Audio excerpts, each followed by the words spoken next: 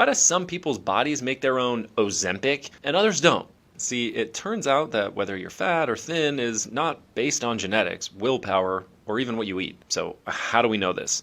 Well, if you've never heard of a metabolic ward, it's a lab where researchers study metabolism. But here's the crazy part. It's a lab you live in, and it's made for studying why people gain weight. While you're there, researchers control exactly how much you eat, how much you drink, and how much exercise you get. And they found that the real culprit behind stubborn belly fat is something called an obesogen. Obesogens are basically chemicals that make you fat. These include things like pesticides in food, medications, and even the dust in your house. I know, that's crazy, right? Obesogens are also in water bottles, nonstick cookware, clothing, seafood, animal feed, which means most meats have them. And they're also naturally found in plants, and even the ones that haven't been sprayed with pesticides. And the reason these obesogens are so bad is because they lower the number of calories you can burn each day. On top of that, they also rewire your body to crave more food, store more fat, and gain more weight. So what the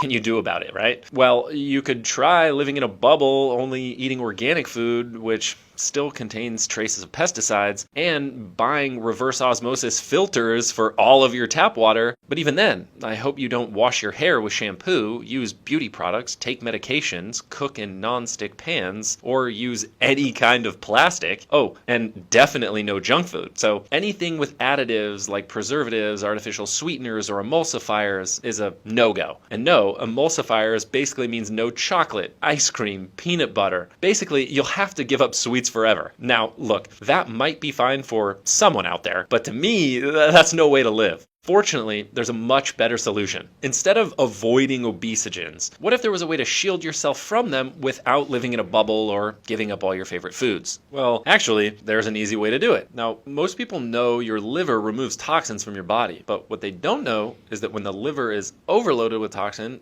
it starts shutting down. That's because when your liver can't filter toxins fast enough, it starts packing them into your fat cells the same way we bury nuclear waste in concrete to help keep it from causing problems. But when this happens, some of the fat gets stuck in your liver, which clogs up its ability to burn fat. And because your liver is your body's main fat-burning organ, you do not want it slowing down. Because when your liver is overworked, it stores fat. Some of that fat gets stuck in your liver, which makes it harder to burn fat. And because it's harder to burn fat, your liver is more likely to get overwhelmed and start storing more fat. So the more fat you store, the harder it is to lose and the easier it is to gain. This vicious cycle is also why so many people assume that weight gain is unavoidable as you get older. In reality, your age only plays a small role. According to Duke University and Harvard Health, your metabolism only starts slowing down when you turn 60. And even then, it only slows down less than 1% each year. So it's clearly not age that's making people fat. It's actually a declining liver that's had to deal with a lifetime of toxins and obesogens.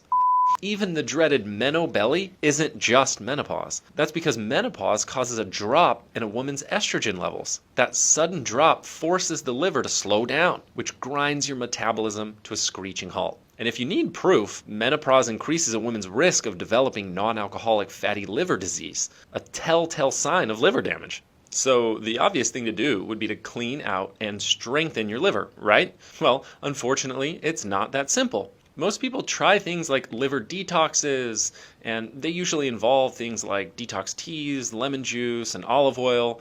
The problem is, none of those detoxes address the main source of why your liver needs a detox in the first place. Plus, most detox teas contain pesticides. In fact, a popular brand of organic tea recently issued a massive recall because of an unacceptable level of pesticides.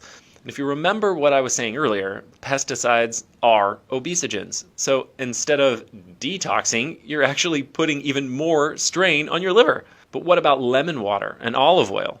The problem with lemons is that they actually contain obesogen thanks to modern day farming practices. And it's not just in America. In Europe, 95% of all citrus samples had pesticides. So again, lemons can help detoxify your liver, but any benefits are undone when lemons have obesogens in them.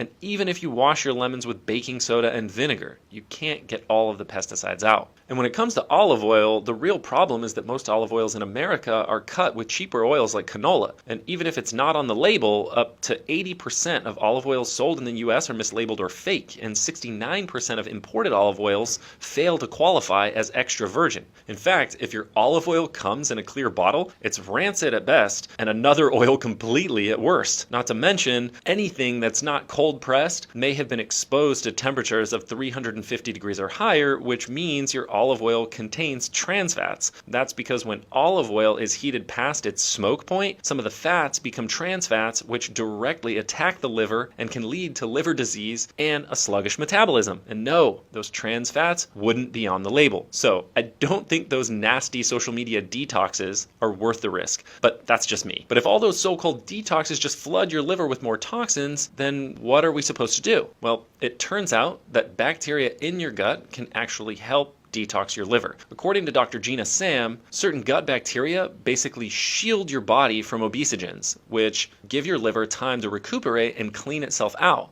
The problem is that unless you eat very specific foods and basically remodel your gut, these beneficial bacteria that keep obesogens out of your system won't survive. So it doesn't matter how many probiotics you take, how much yogurt you eat, or how much fiber you choke down, unless you know which specific foods you need to eat and which ones you need to avoid. These bacteria that filter obesogens out of your body will die. But because they're just so beneficial to your gut and metabolic health, Dr. Sam decided to share something she calls the 7-second liver reset. I'm including the link to her video below. In that video, she'll show you how to strengthen your gut and detox your liver in just 7 seconds a day. And as New York City's top gut doctor, I think she's far more qualified to talk about it than I am. So just tap the button below and watch her short video where she gives you the 7-second liver reset. That way you can start remodeling your gut and kicking those nasty obesogens to the curb as soon as tonight. And without all those obesogens clogging up your liver, your metabolism gets faster and faster until you end up being that skinny friend that eats cake, donuts, and ice cream without a care in the world. The only catch is that